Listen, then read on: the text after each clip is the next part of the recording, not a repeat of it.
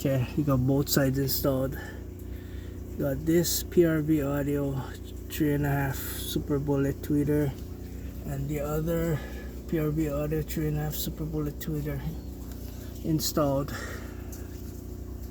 Okay, now I just gotta put back this plastic piece and then the A-pillar plastics on each side. Yep. And then the doors, both doors yet. I got the glue drying yet.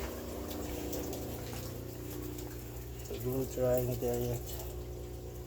The other one out there somewhere. Drying. But yeah.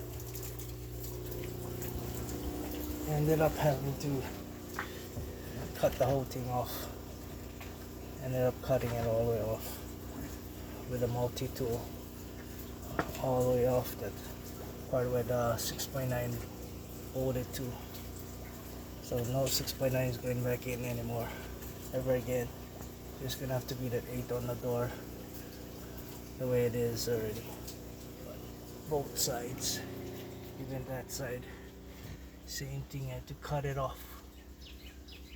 So this stock 6.9 ain't going back no more. It ain't going back in anymore.